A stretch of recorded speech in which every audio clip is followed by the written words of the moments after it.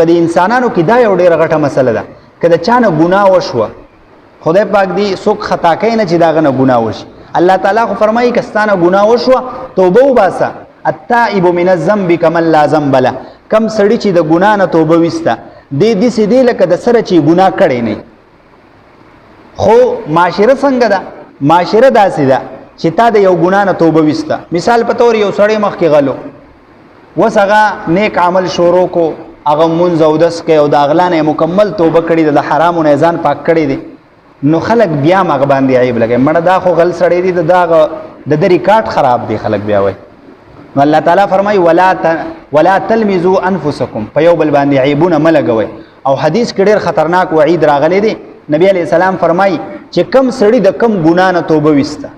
لکه انسان دی دنه خو به خطا کیږي ګناه به کیږي د چانه به زنا شوي د چانه بغلا شوي د چانه به قتل شوي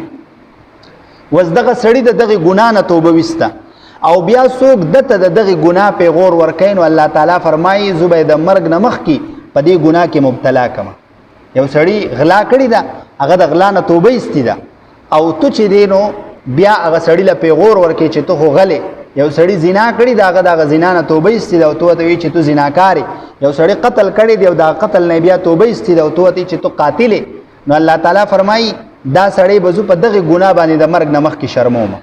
لہذا ډیره زیاته د یری خبره ده چې توبه استی ده د الله تعالی سره معامله ده الله تعالی معاف کړی دی نو چې مونږ هر چاته په خپل لقب باندې په خپل نوم باندې आवाज کوو